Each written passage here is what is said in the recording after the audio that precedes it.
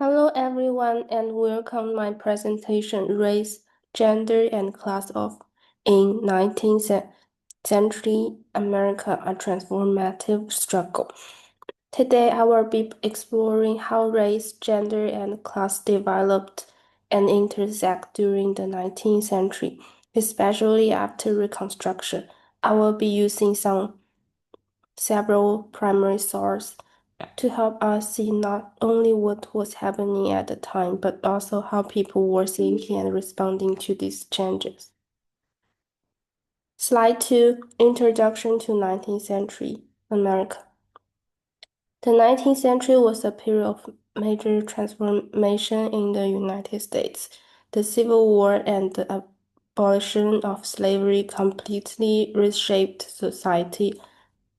But freedom didn't mean equality. African Americans continued to face system racism through discriminatory laws, violence, and economic exploitation. At the same time, gender roles were being challenged, but many reforms still reinforced patriarchal norms. Class divisions also became sharper as industrialization and social purity movements affect working class communities.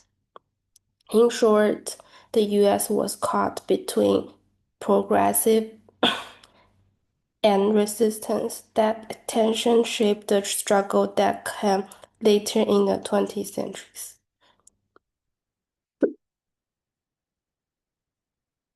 The slide 3, Frederick Douglass and the hypocrisy of independence. Let's begin with Frederick Douglass' famous 1852 speech. What to the slave is the 4th of July in this speech? Douglass highlighted the hypocrisy of celebrating freedom while millions of African Americans were enslaved. He asked, how can enslaved people take pride in a holiday that excludes them? This was a radical movement because Douglass was essentially holding America accountable to its own founding ideals. His speech helped energize the abolitionist movement and forced Americans to confront uncomfortable truths about liberty and equality. The slide 4, the implementation for Proclamation, a turning point next. The Incommunication Proclamation issued by Abraham Lincoln in 1863. While it didn't immediately free every enslaved people, but it framed the Civil War from just saving the Union to actively ending slavery. It also allowed African American men to join the Union Army, and about 200,000 fought for freedom. The proclamation was symbolic and strategic. It gave the North moral ground and set the stage for the 13th Amendment, which formally abolished slavery. Still, we'll see freedom on paper was not the same as equality in practice.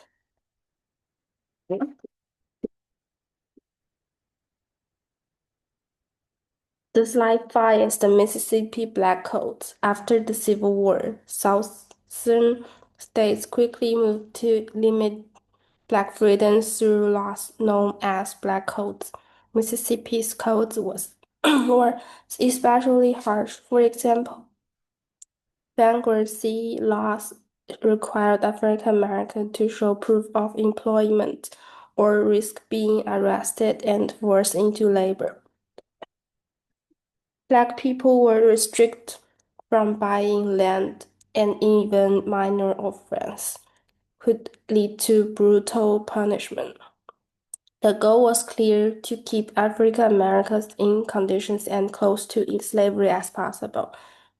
This demonstrates how deeply white supremacy resist real changes after emancipation. The slide 6 is the social purity movement. While race and class war shaped the lives of African American, gender norms were also being redefined. The social purity movement, led by reformers like Alex Hopkins, sought to eliminate prostitution and enforce moral purity, especially for women. On the surface, it looked like protection, but in reality, it reinforced patriarchal control. Women's worth were tied to their sexual behavior, and working class women in particular were judged harshly. Wealthier women often imposed their values without addressing the economic struggles that forced some women into sex work. This shows how gender and class intersect. What look like reform often deepen inequality. Sorry, the slide 7 is the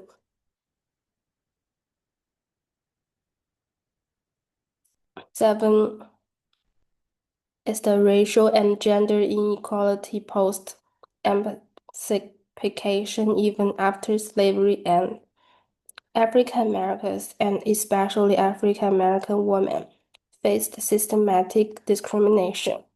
They were blocked from voting, segregated in public spaces, and often terrorized by violence.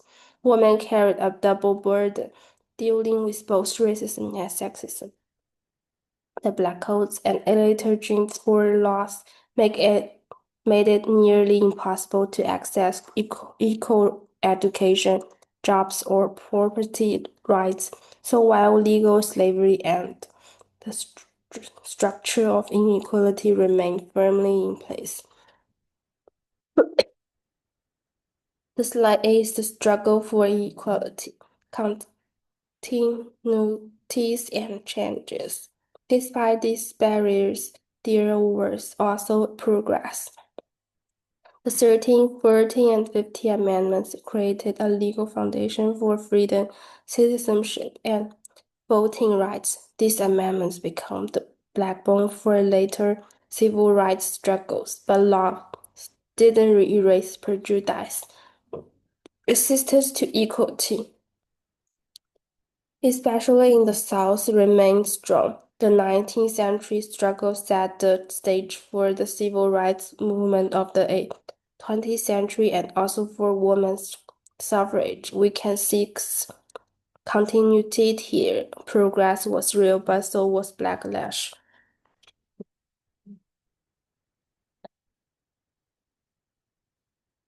The conclusion, the slide 9, reflecting on change and continuity to warm up, the 19th century was both a victory and a disappointment.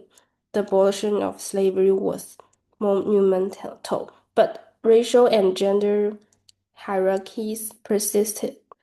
Legal reforms like the Emancipation Proclamation and the Reconstruction Amendments were crucial, but they weren't enough to ensure full equality. The struggles of the 19th century remind us that progressive in race, gender, and class is often incomplete and requires consistent activation.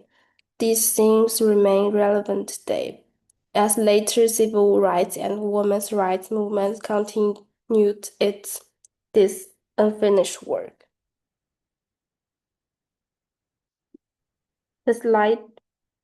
The last slide is a reference. Here are the sources I used, including Douglas' speech, the Emancipation Proclamation, the Mississippi Black Codes, and scholars' work on the social purity movement. Primary sources like these allows us to see how people at the time understood and resist inequality. Thank you. That's all.